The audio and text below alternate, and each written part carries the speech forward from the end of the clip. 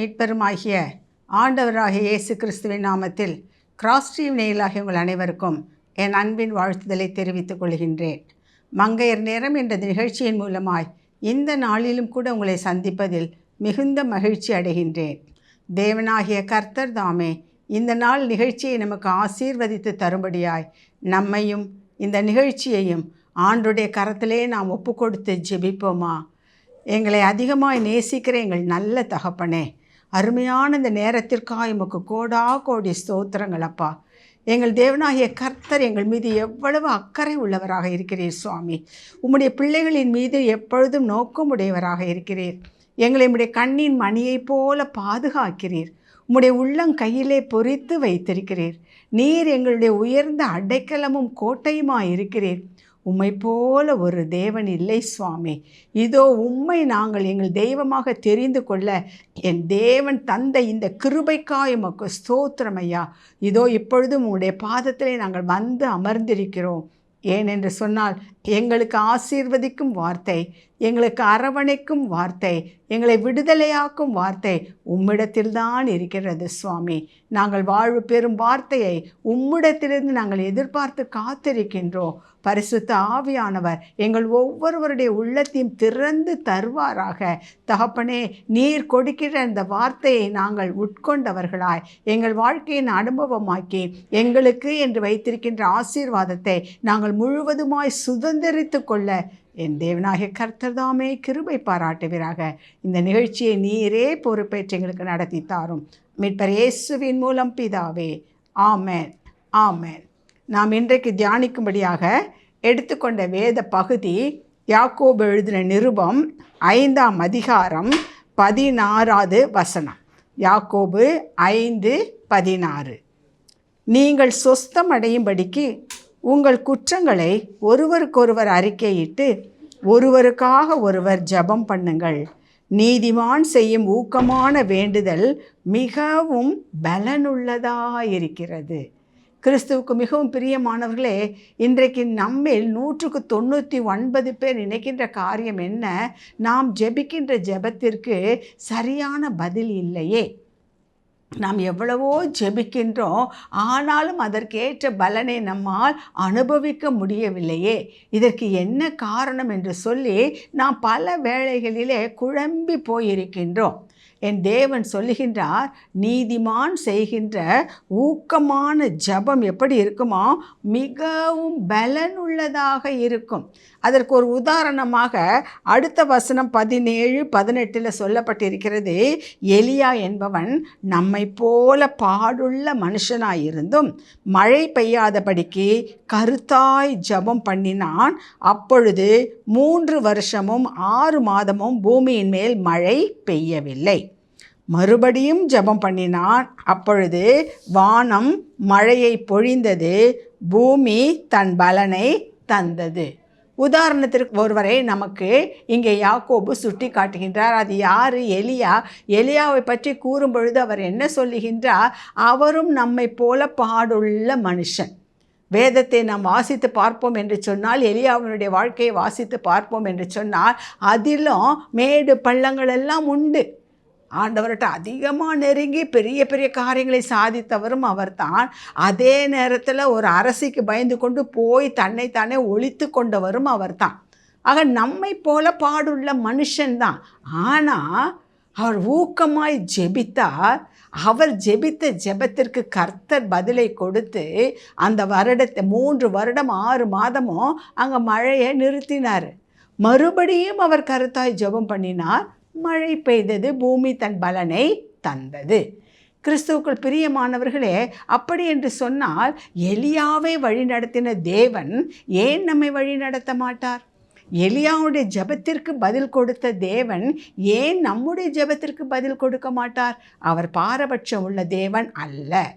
ஆனால் ஒரு காரியத்தை சொல்கின்றார், உங்களுடைய ஜெபம் பதிலளிக்கப்பட வேண்டும் என்று சொன்னால், மிகுந்த பலன் உள்ளதாக இருக்க வேண்டும் என்று சொன்னால், இதை தான் நம்ம கவனிக்க வேண்டும். நீதிமான் செய்யும் ஊக்கமான வேண்டுதல் மிகவும் பலன் உள்ளதாக இருக்கும். அப்படின்னா என்ன அர்த்தம்? நம்ம வேண்டிக்கிற காரியம் உடனே கிடைக்கும், அதுதான் பல அல்ல. அது ஒருவேளை ஆப்போசிட்டாக இருந்தாலும் பவுல் ஜெபித்தார் அல்லவா, இந்த சரீரத்தில் உள்ள இந்த முள் என்னை விட்டு நீங்கட்டும் என்று ஜெபித்தாரே, அதற்கு கர்த்தர் என்ன சொன்னார்? என் கிருபை உனக்கு போதும், அவ்வளோதான். அந்த முள் உன்னை விட்டு நீங்கும், நான் நீக்கி விடுகிறேன் சொல்லலை, அது இருக்கதான்ப்பா செய்யும். ஆனால் அதன் மூலமாக என்னுடைய நாமம் மகிமைப்படும். என் கிருபை எப்பொழுதும் உன்னோடு கூட இருக்கும். அது உன்னை சேதப்படுத்தாத படிக்கு, உன்னை மடங்கடிக்கப்படாத படிக்கு என் கிருபை உன்னை தாங்கி கொண்டு போகும். அதுதான் பலனுள்ள ஜெபம். அதுதான் பலனுள்ள ஜெபம்.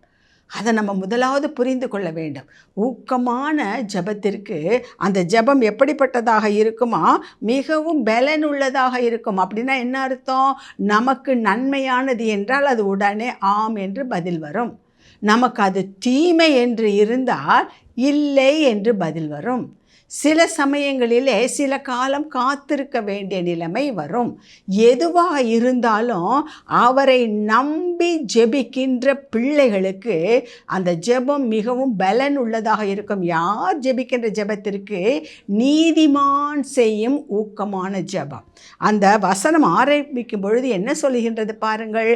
நீங்கள் சொஸ்தமடையும்படிக்கு உங்கள் குற்றங்களை ஒருவருக்கொருவர் அறிக்கையிட்டு, இதுதான் உங்கள் குற்றங்களை ஒருவருக்கொருவர் அறிக்கையிட்டு, அப்படியாக ஊக்கமாக ஜெபிக்கும் பொழுது, மற்றவர்களுக்காக நீங்கள் ஜெபிக்கும் பொழுது அது பலனுள்ளதாக இருக்கும். மற்றவர்களுக்கு ஜெபிப்பதற்கு முன்பதாக நாமே நாம் தற்பரிசோதனை செய்து கொள்ள வேண்டும். கர்த்தருக்கும் நமக்கும் நடுவில் ஏதாவது தடங்கள் இருக்கின்றதா, தடைகள் இருக்கின்றதா? என்னுடைய பலவீனமோ, என்னுடைய பாவமோ, என்னுடைய அக்கிரமமோ, என்னுடைய மீறுதலோ அதற்கு இடையூறாக இருக்கிறதா? அதை முதலாவது நாம் சோதனை செய்து கொள்ள வேண்டும். அப்படி ஒன்று இருக்கும் என்றால் அதை சரி செய்து விட்டோம் என்று சொன்னால் நம்முடைய ஜெபம் பலனுள்ளதாக மாறிவிடுகின்றது. கிறிஸ்துவுக்குள் பிரியமானவர்களே, அவன்தான் நீதிமான். யார் நீதிமான்? பாவமே செய்யாதவன் நீதிமான் அல்ல. என வேதத்தில் பார்க்கிறோம். நீதிமான் ஒருவனும் இல்லை. வேதம் சொல்கிறது, நான் சொல்லவில்லை, வேதம் சொல்கிறது. நீதிமான் ஒருவனும் இல்லை. எல்லோரும் என்ன செய்தார்கள்? பாவம் செய்து தேவ மகிமையை இழந்து விட்டார்கள்.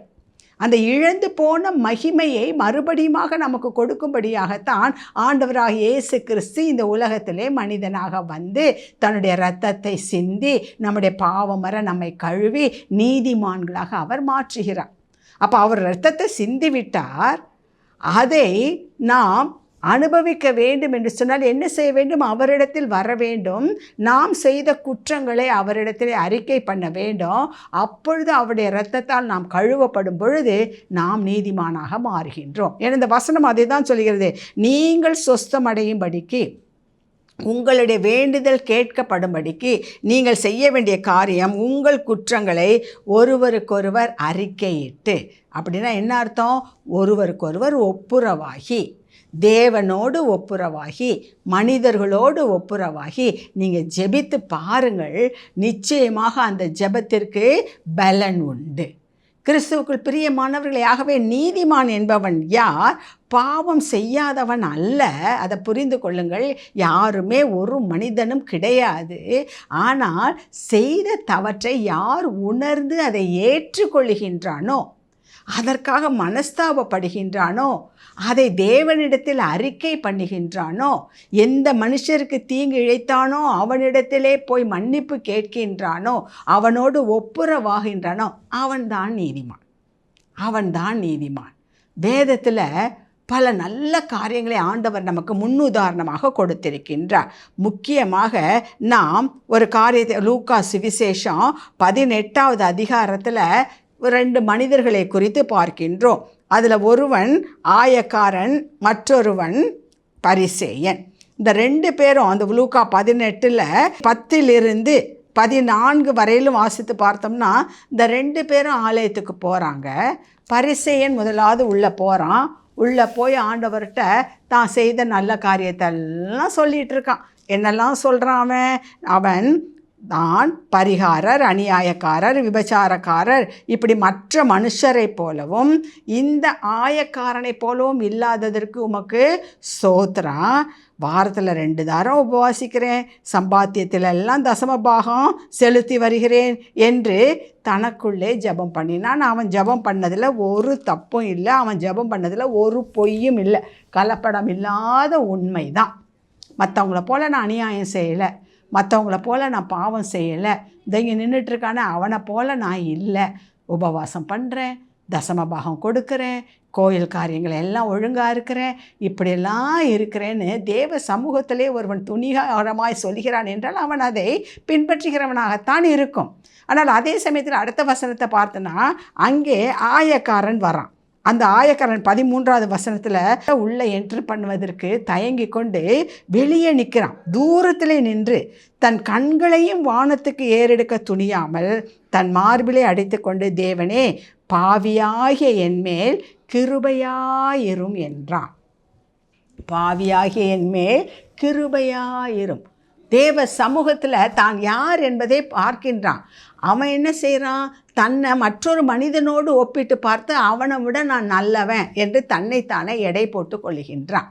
ஆனால் இவன் என்ன செய்கின்றான்? தேவனுடைய சமூகத்திலே, அவருடைய பிரசன்னத்திலே நான் எப்படிப்பட்டவனாக இருக்கிறேன், அவருடைய கண்ணோட்டத்திலே நான் எப்படிப்பட்டவனாக இருக்கிறேன் என்று தேவ சமூகத்திலே தன்னை நிறுத்தி அவன் பரிசோதிக்கிறான். அப்படி பார்க்கும் பொழுதுதான் தெரிகின்றது, எவ்வளவோ பாவங்கள், எவ்வளவோ பலவீனங்கள் என்னிடத்தில் இருக்கிறது. ஆண்டவரே, பாவியாக என் மீது கிருபையாயிரும். வேதம் தெளிவாக என்ன சொல்லுது பார்த்தீங்களா? அந்த 18வது அதிகாரத்தில் 14வது வசனம், அவன் அல்ல, யாரல்ல, நான் பாவமே செய்யலை, இவங்கள போல இல்லை, அவங்கள போல இல்லை, அப்படி நான் ஆலயத்துக்கு போகிறேன், தசமபாகம் கொடுக்குறேன், ஊழியம் பழக்கிறேன், அதை செய்கிறேன், இதை செய்கிறேன், அவன் அல்ல. இவனே யார்? தன்னை பாவி என்று ஒத்துக்கொள்கிறவன் யாரோ அவனே, அந்த ஆயக்காரனே நீதிமானாக்கப்பட்டவனாய் தன் வீட்டுக்கு திரும்பி போனான். அவன்தான் நீதிமான். யார் நீதிமான்? தான் செய்த குற்றத்தை ஒப்புக்கொள்ளுகிறவன். தேவ பரிசுத்தத்திற்கு முன்பதாக என்னுடைய பரிசுத்தமோ, என்னுடைய நல்ல நடத்தையோ, என்னுடைய நல்ல செய்கையோ ஒன்றுமே இல்லை என்று சொல்லி யார் உணர்கின்றானோ அவன்தான் நீதிமான்.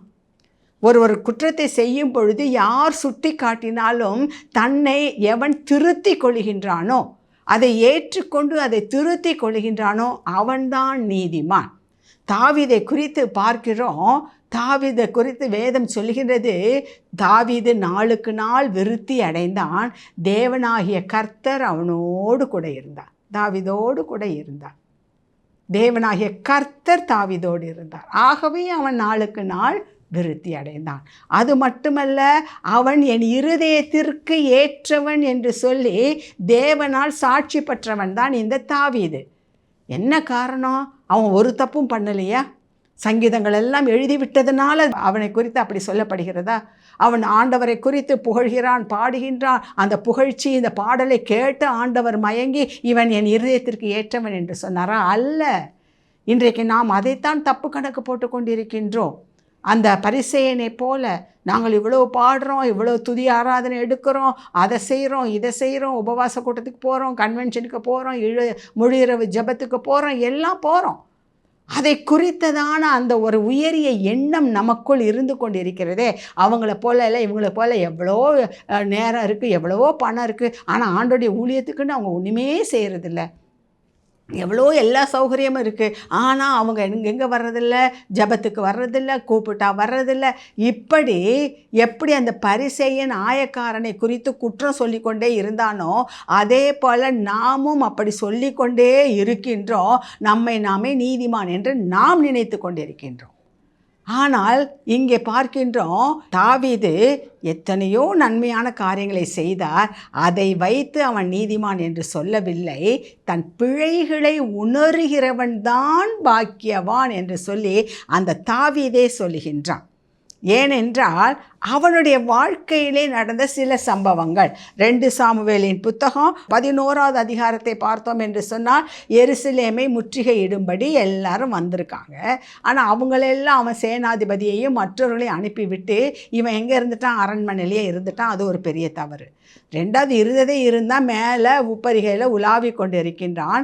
அங்கே ஒரு பெண் குளித்து கொண்டிருக்கின்றாள். ஒருவேளை அவன் தெரியாமல் பார்த்து விட்டான் என்றாலும் சோதனைக்கு உட்படாதபடி அவன் அந்த இடத்தை விட்டு கடந்து போயிருக்க வேண்டும். அதையும் செய்யவில்லை. 2வது தவறு. அது மட்டுமல்ல, அவளோடு கூட அவன் தவறான உறவு வைத்து கொண்டான். 3வது தவறு. அதை மறைப்பதற்கு அவளுடைய கணவனையே கொலை செய்து விட்டான். அது அடுத்த தவறு. இப்படி அடுத்து பல பாவங்களை செய்தவன் அவன் நினைத்து கொண்டான் யாருக்குமே தெரியாமல் இதை மூடி மறைத்து வைத்து விடலாம் என்று. ஆனால் கர்த்தருக்கு மறைவானது ஒன்றுமே இல்லை. அதை நம்ம நல்லா புரிந்து கொள்ள வேண்டும். கிறிஸ்துவுக்குள் பிரியமானவர்களே, தேவனுடைய பார்வைக்கு மறைவானது எதுவுமே இல்லை. நாம் பேசுகின்ற ஒவ்வொரு வார்த்தையும், நாம் நினைக்கின்ற ஒவ்வொரு நினைவுகளையும் என் தேவன் அறிந்தவராக இருக்கின்றார். கர்த்தரை நாம் ஒரு நாளும் ஏமாற்ற முடியாது. இவன் அப்படி தான் நினைத்து கொண்டிருக்கின்றான். ஆனால் அதே 2 சாமுவேலின் புத்தகம் 12வது அதிகாரத்தில் தேவன் என்ன பண்ணுறாரு? நாத்தான் தீர்க்கதரிசி அனுப்புகிறார். அனுப்பி ஒரு உவமானத்தின் மூலமாக தாவீது செய்த காரியத்தை, தவறை சுட்டி காட்டுகின்றார். அப்போது தாவீது சொன்ன ஒரு காரியம் என்ன தெரியுமா? 2 சாமுவேலின் புத்தகம் 12ஆம் அதிகாரம் 13வது வசனத்தில் தாவீது உடனே அதை கேட்டு அவன் சொன்ன ஒரு காரியம். 12ஆம் அதிகாரம் 13வது வசனம் சொல்கிறது, அப்பொழுது தாவீது நாத்தானிடத்தில், நான் கர்த்தருக்கு விரோதமாய் பாவம் செய்தேன் என்றான். நாத்தான் தாவீதை நோக்கி, நீ சாகாதபடிக்கு கர்த்தர் உன் பாவம் நீங்க செய்தார். பாருங்க, உடனே அவன் என்ன சொல்கிறான்? நான் கர்த்தருக்கு விரோதமாய் பாவம் செய்தேன் என்றான். அதை மூடி மறைக்க விரும்பலை. ஏதோ ஒரு உணர்ச்சி வசப்பட்டு ஏதோ ஒரு சூழ்நிலையிலே அவன் தவறிவிட்டான். ஆனால் தவறியதை அவன் உணர்ந்து கொண்டான். சுட்டி காட்டிய பொழுது அதை ஏற்றுக்கொண்டான். ஐயோ, நான் கர்த்தருக்கு விரோதமாய் அல்லவா பாவம் செய்துவிட்டேன் என்று சொல்லி தன்னுடைய பாவத்தை அறிக்கை பண்ணுகிறான். அதான் யாக்கோபு சொல்கிறாரு, உங்கள் பாவங்களை ஒருவருக்கொருவர் அறிக்கை பண்ணி. ஒருத்தவங்க உங்கள் தப்பை சுட்டி காட்டுறாங்கன்னா நீங்கள் சொல்லுங்கள், ஆமாம் நான் தவறி விட்டேன். அதான் அறிக்கை பண்ணுவது. மற்றபடி அவங்கள்ட்ட போய் அறிக்கை பண்ணுறதுனால நமக்கு பாவ மன்னிப்பு இல்லை. பாவ மன்னிப்பு அவங்க கொடுக்க முடியாது, தேவன் தான் கொடுக்கணும். ஆக இங்கே ஒருவன் நமக்கு சுட்டி காட்டுவது சிறியவர்களாக இருக்கலாம், வயதில் சின்னவர்களாக இருக்கலாம், அல்லது வேலை ஸ்தலத்திலே அது நம்முடைய சுப்பீரியராக இருக்கலாம், அல்லது நமக்கு கீழே வேலை பார்க்கிறவர்களாக இருக்கலாம், படித்தவர்களாக இருக்கலாம், படிக்காதவர்களாக இருக்கலாம், யாராக வேண்டுமென்றாலும் இருக்கட்டும். நாம் செய்த ஒரு தவறை சுட்டி காட்டும் பொழுது எவன் அதை ஏற்றுக்கொண்டு, கர்த்தாவே நான் இதை அறியாமல் செய்துவிட்டேன், உமக்கு விரோதமாய் நான் பாவம் செய்தேன், என்னை மன்னியும் என்று கேட்கின்றானோ அவன்தான் நீதிமான். இங்கே தாவீது இந்த ஒரு இடத்துல மட்டும் இல்லை, அதே 2 சாமுவேலின் புத்தகம் 24வது அதிகாரத்திலையும் மற்றொரு தவறை செய்கின்றார். 24ஆம் அதிகாரத்தில் அவர் செய்கின்ற மற்றொரு தவறு என்ன? கர்த்தர் என்ன சொன்னார்? எப்பொழுதுமே நீ என்ன பண்ணக்கூடாது? ஜனங்கள் தொகையை நீ எடுக்கக்கூடாது, ஏனென்றால் அவர்கள் என் மக்கள், நான் தான் உன்னை வழி நடத்துகிறேன் என்று சொல்லி கர்த்தர் அதற்கு அனுமதி கொடுக்கவில்லை. எடுக்கக்கூடாது என்று முன்பே தாவீதுக்கு சொல்லி இருக்கின்றார். ஆனால் நடந்த காரியம் என்ன? எல்லா யுத்தங்களும் ஓய பண்ணின பிறகு, சத்துருக்களை எல்லாம் மேற்கொண்ட பிறகு தாவீதுக்கு ஒரு ஆசை. என்ன? இன்னும் நம்முடைய ஜனங்கள் எத்தனை பேர் இருக்கிறார்கள் என்பதை கண்டு கொள்ள வேண்டும். எண்ணி அந்த தொகையை நாம் எதிர்பார்க்க வேண்டும். அப்பொழுது அவன் யோவாபை கூப்பிட்டு சொல்கிறார். 2 சாமுவேல் 24:2வது வசனத்தில் அவர் சொல்கிறாரு, யோவாபை பார்த்து, ஜனங்களின் லக்கத்தை நான் அறியும்படிக்கு நீ தான் முதல் பெயர்சேபா மட்டுமுள்ள இஸ்ரவேலின் கோத்திரம் எங்கும் சுற்றி திரிந்து ஜனங்களை தொகையிடுங்கள்ன்றார்.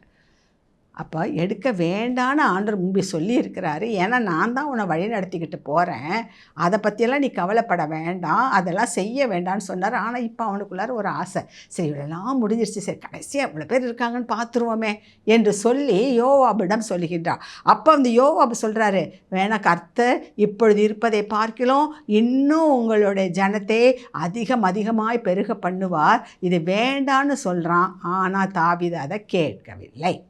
ஆகவே அந்த கணக்கு எடுக்கப்பட்டது. இப்பொழுது கர்த்தருக்கு கோபம் உண்டது. அவர் என்ன பண்ணுகின்றார், அதே 2 சாமுவேல் 24ஆம் அதிகாரத்தில் 11வது வசனத்திலே, தாவீது காலமே எழுந்திருந்த போது தாவீதின் ஞான திருஷ்டிக்காரனாகிய காத் என்னும் தீர்க்கதரிசிக்கு கர்த்தருடைய வார்த்தை உண்டாகி சொன்னது. என்ன சொல்லி அனுப்புகிறாரு, நான் செய்ய வேண்டான்றதை நீ செய்துட்ட, அதுக்குண்டான பலன் என்ன தெரியுமா, 3 காரியத்தை உனக்கு முன்பதாக வைக்கிறேன், இதில் நீ எதை தெரிந்து கொள்கின்றாயோ அது நடக்கும். எது? இத்தனை வருடங்களாக அவர் சொல்கிறாரு, 7 வருஷம் பஞ்சம் வர வேண்டுமா, முதல் பனிஷ்மெண்ட்டு. 7 வருஷம் பஞ்சம் வர வேண்டுமா, அல்லது இரண்டாவது அடுத்த சாய்ஸ் அவர் சொல்கிறாரு, அல்லது 3 மாதம் உம்முடைய சத்துருக்கள் உம்மை பின்தொடர வேண்டுமா. 3வது சாய்ஸ், 3வது உம்முடைய தேசத்திலே 3 நாள் கொள்ளை நோய் வர வேண்டுமா. இந்த 3ல் எது உனக்கு வேணும்னு சொல்லி நீயே சூஸ் பண்ணிக்கோ என்று சொல்லுகின்றார். ஆக இந்த காரியத்தை கேட்ட பிறகு என்ன நடக்குது, அந்த 3 நாள் கொள்ளை நோய் அந்த தேசத்திலே வருகின்றது. வேதம் சொல்லுகின்றது, அந்த இடத்துல மாத்திரம் அந்த 3 நாள் கொள்ளை நோயில் 70,000 பேர் செத்து போனார்கள். கர்த்தருடைய கோபாக்கினைக்கு முன்பதாக நிற்கத்தக்கவன் யார் பிரியமானவர்களே? எவ்வளவு பெரிய பக்திமானாக இருந்தாலும், எவ்வளவு பெரிய ஊழியக்காரராக இருந்தாலும், எவ்வளவு தானி கர்த்தருக்காக செய்தாலும், அவர் செய்ய வேண்டாம் என்று சொன்ன ஒரு காரியத்தை செய்தீர் என்று சொன்னால் நிச்சயமாக கர்த்தருடைய கோபாக்கினைக்கு நாம் ஆளாக நேரிடுகிறது. இங்கே பாருங்கள், ஆகவே 70,000 பேர் மரித்து போனார்கள். இப்பொழுது தாவீது தன்னுடைய தவறை உணர்கின்றான். அந்த 17வது வசனம் சொல்லுகிறது, ஜனத்தை உபாதிக்கிற தூதனை தாவீது கண்டபோது அவன் கர்த்தரை நோக்கி, இதோ நான் தான் பாவம் செய்தேன், நான் தான் அக்கிரமம் பண்ணினேன், இந்த ஆடுகள் என்ன செய்தது, உம்முடைய கை எனக்கும் என் தகப்பன் வீட்டுக்கும் விரோதமாய் இருப்பதாக என்று விண்ணப்பம் பண்ணினான். இதுதான் தாவீது. இந்த கேரக்டர் தான் ஆண்டவர் ரொம்ப நேசித்தார். பண்ணிட்டேன், தெரியாமல் செஞ்சிட்டேன், இவ்வளோ தூரம் ஜனங்கள் கஷ்டப்படுறாங்க, இது அவங்க என்ன பண்ணாங்க, அவங்க ஒரு தப்பும் பண்ணலையே, நான் தானே தவறு இழைத்தேன், நான் தானே நீங்கள் செய்ய வேண்டாம்னு சொன்ன காரியத்தை செய்து விட்டேன், என்னை மன்னியும், நானும் என் வீட்டாரும் தண்டிக்கப்படுவது நியாயம், ஆனால் இந்த அப்பாவி ஆடுகள் என்ன செய்யும் என்று சொல்லி அவர்களுக்காக அவன் பரிதபித்தான். பாருங்கள் கிறிஸ்துவுக்குள் பிரியமானவர்களே, இதுதான் தாவீதினுடைய குணம். இதைத்தான் சொல்லுகின்றார் நீதிமான். நீதிமான் என்ன செய்கின்றான், தவறே செய்யாதவன் அல்ல, தவறும் பொழுதெல்லாம் தன்னுடைய தவறை உணர்ந்து அதிலிருந்து வெளியே வரும்படியாக அதை எவன் ஒத்துக்கொள்ளுகின்றானோ அவன்தான் நீதிமான். நான் பெரிய அரசன், எனக்கு விருப்பமானதை நான் செய்வேன், நீ யார் என்று சொல்லி காத்தை பார்த்து கேட்கவில்லை. நான் என்ன வேண்டுமென்றாலும் சொல்வேன், நீ யார் இங்கே வந்து சொல்ல என்று சொல்லி நாத்தான் தீர்க்கதரிசியை பார்த்து அவன் கேட்கவில்லை. தவறு செய்து விட்டேன், கர்த்தருக்கு விரோதமாய் நான் பாவம் செய்தேன். அந்த 51வது சங்கீதத்தை வாசித்து பார்ப்போம் என்று சொன்னார். அவன் எவ்வளவாய் அதற்காக வருத்தப்படுகிறான் என்பதை நாம் கண்கூடாக பார்க்கலாம். இதுதான் ஆண்டவர் சொல்கின்றார், என் இருதயத்திற்கு ஏற்றவனாக அவனை கண்டேன். என் அவருடைய இருதயத்துக்கு ஏற்றவர்கள் யார்? யார் தன்னுடைய பிழைகளை உணர்கின்றார்களோ அவர்கள்தான். இதை கேட்டுக்கொண்டிருக்கின்ற அன்பான சகோதரனே, சகோதரியே, உங்களுடைய வாழ்க்கையிலும் கூட நீங்கள் எப்படிப்பட்டவர்களாக இருக்கின்றீர்கள்? வேலை ஸ்தலத்திலும் சரி, குடும்பத்திலும் சரி, சபை காரியங்களிலும் ஊழிய காரியங்களிலும் யாராவது ஒருவர் உங்கள் தவறை சுட்டி காட்டினால், ஒருவேளை நாம் செய்யாததை கூட அவர்கள் செய்ததாக சொல்லலாம். அப்படி இருக்கும் பொழுது அதை பொறுமையோடு சகித்து, ஆண்டவரே, இவர்கள் தாங்கள் செய்வது இன்னதென்று அறியாமல் இருக்கிறார்கள் என்று நமக்கு முன் உதாரணமாக வைத்துவிட்டு போனாரே, அப்படிப்பட்டதான அந்த பாதையிலே நாம் செல்லும் பொழுது நாம் நீதிமான்களாக இருக்கிறோம். ஒருவேளை அந்த தவறை நாம் செய்திருப்போம், நாம் அறிந்தும் செய்திருப்போம், அறியாமலும் செய்திருப்போம், உணர்ச்சி வசப்பட்டு செய்திருப்போம். ஆனால் ஒருவர் சுட்டி காட்டும் பொழுது அதை ஏற்றுக்கொண்டு, ஆம், நான் கர்த்தருக்கு விரோதமாய் பாவம் செய்துவிட்டேன் என்று நம்மை நாமே கர்த்தருக்கு முன்பதாக தாழ்த்துகின்றோமா? ஆண்டவரே, நம்முடைய பரிசுத்த இரத்தத்தினால் என்னை ஒரு விசை கூட கழுவும், மறுபடியுமாக நான் அதில் விழுந்து விடாதபடிக்கு என்னை காத்து கொள்ளும் என்று சொல்லி இந்த மனப்பக்குவம் யாருக்கு இருக்கின்றதோ அவர்கள்தான் நீதிமான். அவர்கள்தான் நீதிமான். வேதத்தில் பார்க்குறோம் இல்லை, ஆண்டவர் சொல்கிறாரு, கடைசி காலத்தில் நியாயம் தீர்க்கும் பொழுது அவங்க சொல்லுவாங்களாம், நாங்கள் அதை செய்யலையா, இதை செய்யலையா, ஆண்டவரே நாங்கள் உபவாசித்தோமே, நாங்கள் அதை பண்ணமே, உம்முடைய நாமத்தினால நாங்கள் அற்புதம் செய்தோமே, எல்லாம் செய்தோமே. ஆண்டவர் சொல்கிறார், அக்கிரமக்காரர்களே அகன்று போங்க, நீங்கள் யாருன்னு எனக்கு தெரியாது. எவன் என்னுடைய சித்தத்தை நிறைவேற்றுகின்றானோ அவன்தான் தேவனுடைய புத்திரன். ஆக தேவனுடைய மனதுக்கு ஏற்றவர்கள் நீதிமான்கள் யார்? கர்த்தர் யாரை நீதிமான்னு சொல்கிறாரு? தன் குற்றத்தை, பிழைகளை உணர்கின்றவன், அதை ஏற்றுக்கொள்கிறவன், அதை சரி செய்கிறவனே நீதிமான். கிறிஸ்துக்குள் பிரியமானவர்களே, மற்றும் ஒரு காரியம், நீதிமான் என்றால் யார் என்று சொல்லி எசேக்கியேல் தீர்க்கதரிசியின் புத்தகம் 18வது அதிகாரத்திலே ஆண்டவர் நமக்கு ஒரு காரியத்தை சொல்லுகிறார். யார் நீதிமான்? எசேக்கியேல் 18:9 இவ்விதமாய் சொல்லுகிறது, என் கட்டளைகளின்படி நடந்து என் நியாயங்களை கைக்கொண்டு உண்மையாயிருப்பானாகில் அவனே நீதிமான், அவன் பிழைக்கவே பிழைப்பான் என்று கர்த்தராகிய ஆண்டவர் சொல்லுகிறார். யார் நீதிமானா? அவருடைய கட்டளைகளின்படி நடந்து அவர் நியாயங்களை கைக்கொண்டு உண்மையாயிருப்பவனே நீதிமான். ஆண்டவருடைய கட்டளை என்ன? அவருடைய கட்டளை என்ன? எல்லாவற்றிற்கும் மேலாக நாம் தேவனை நேசிக்க வேண்டும். உன் முழு இருதயத்தோடும், உன் முழு ஆத்மாவோடும், உன் முழு பலத்தோடும் கர்த்தரை நேசிப்பாயாக. அதுதான் முதலாவது.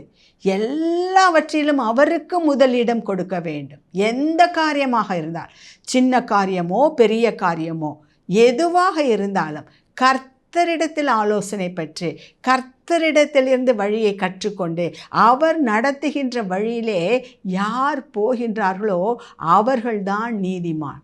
அவருடைய கட்டளை என்ன? எல்லாவற்றிற்கும் முக்கியத்துவம், முதலிடம் தேவனுக்கு கொடுப்பது. இரண்டாவது கட்டளை என்ன? உன்னை நேசிப்பது போல மற்றவர்களை நேசிப்பது. இந்த ரெண்டையும் செய்கிறவன் தான் நீதிமான். இந்த ரெண்டையும் செய்கிற ஒரு சிலர் என்ன செய்வாங்க, கர்த்தருடைய காரியத்தில் அப்படி இப்படி எல்லாம் இருப்பாங்க. ஆனால் இந்த ரெண்டாவது காரியம் இருக்கே, அதுக்கு அவர்கள் ஒத்தே வரமாட்டார்கள்.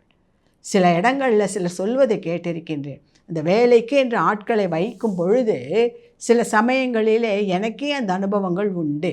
இப்போ வீட்டு வேலைக்கு என்று சில சகோதரிகளை நாம் எடுக்கும் பொழுது கிறிஸ்துவர் அல்லாத சகோதரிகள் எவ்வளவு உண்மையாய் உத்தமமாக இருக்கிறார்கள் தெரியுமா?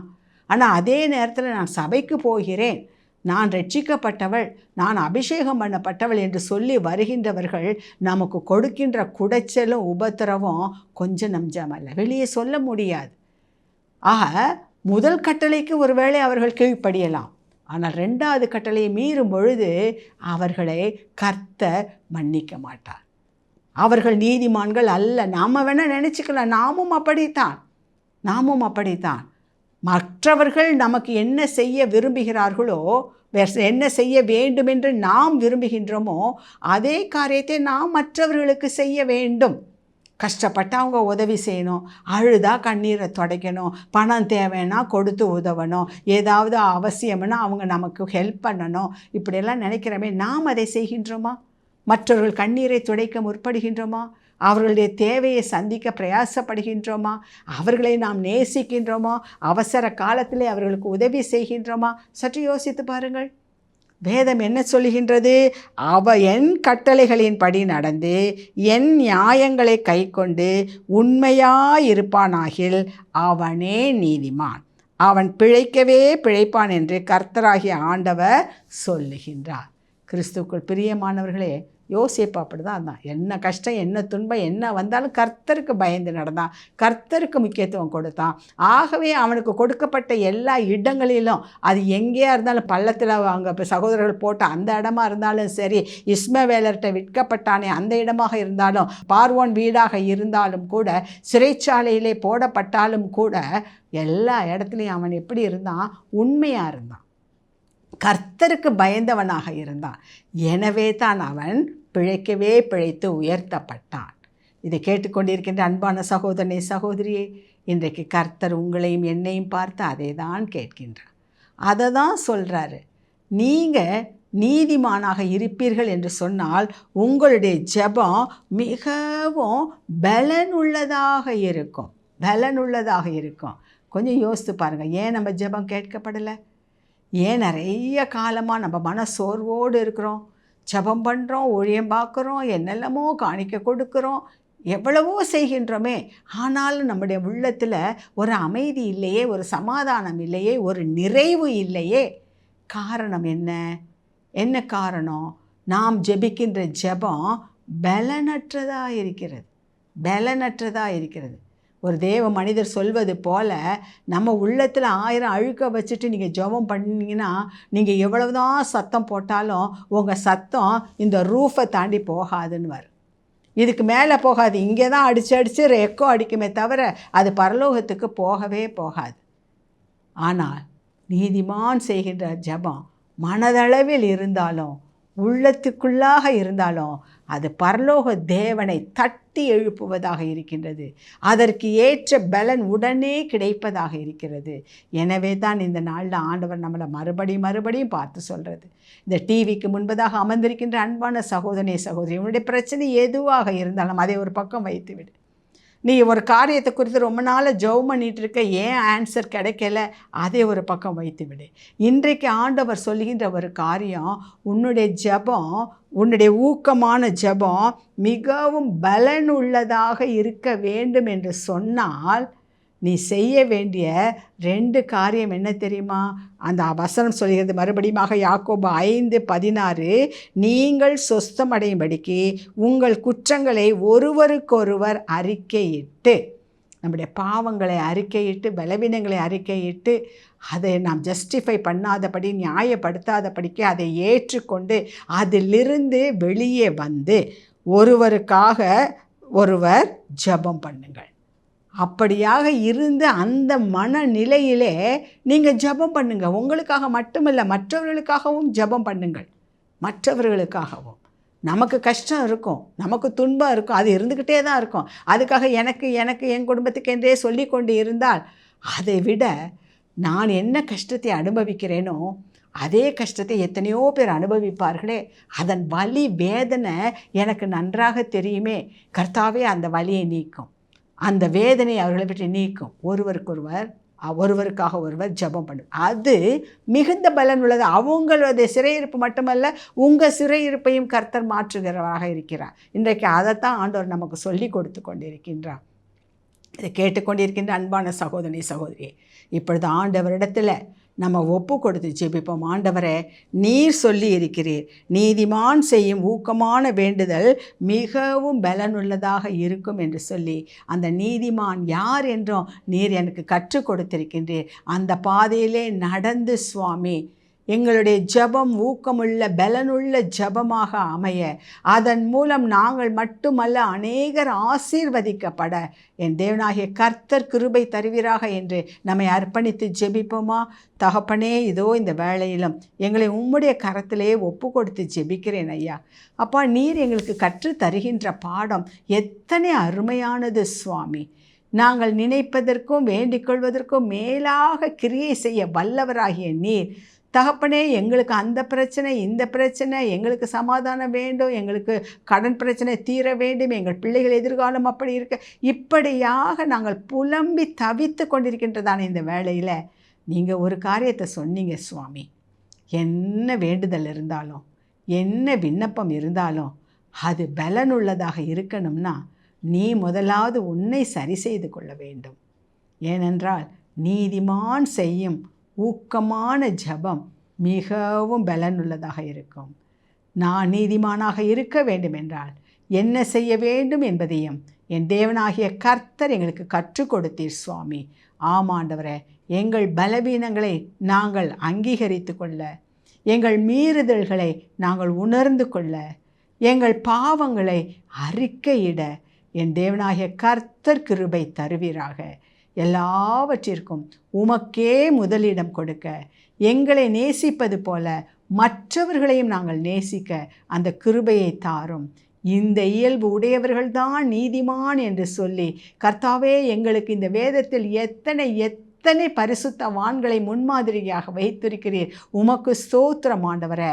தகப்பனே, அவர்களைப் போல நாங்களும் ஆண்டவரே அந்த பாதையிலே நடந்து எங்களுக்கு என்று வைத்திருக்கின்ற ஆசீர்வாதத்தை சுதந்திரித்து கொள்ள கிருபை தாரும். இந்த டிவிக்கு முன்பதாக அமர்ந்து யாரெல்லாம் இந்த செய்தியை கேட்கிறார்களோ அத்தனை மக்களும் ஆண்டவரே தங்களை சரி செய்து கொண்டு தங்களுடைய பாவங்களை அறிக்கையிட்டு கர்த்தாவே, உம்மிடத்திலிருந்து ஆசீர்வாதத்தை பெற்றுக்கொள்ள நீர் அவர்களை தகுதிப்படுத்துவீராக. உம்முடைய பரிசுத்த இரத்தத்தால் ஒவ்வொருவரையும் கழுவுவீராக. இந்த வேளையிலும் கர்த்தாவே, அன்பு சகோதர சகோதரிகள் ஒவ்வொருவரையும் உம்முடைய கரத்திலே நான் அர்ப்பணிக்கின்றேன். நீர் சொன்ன காரியம் அவர்கள் உள்ளத்திலே விழுந்து நூறத்தனையான பலனை அவர்கள் பெற்றுக்கொள்ள கிருபை தருவீராக. உமக்கே துதி கன மகிமை எல்லாம் மீட்பர் இயேசுவின் மூலம் பிதாவே. ஆமென், ஆமென். நம்மை நீதிமானாய் மாற்றவல்ல ஆண்டவரிடத்தில் நம்மை அர்ப்பணிப்போம். அவர் எல்லாவற்றையும் பார்த்துக்கொள்வார். God bless you.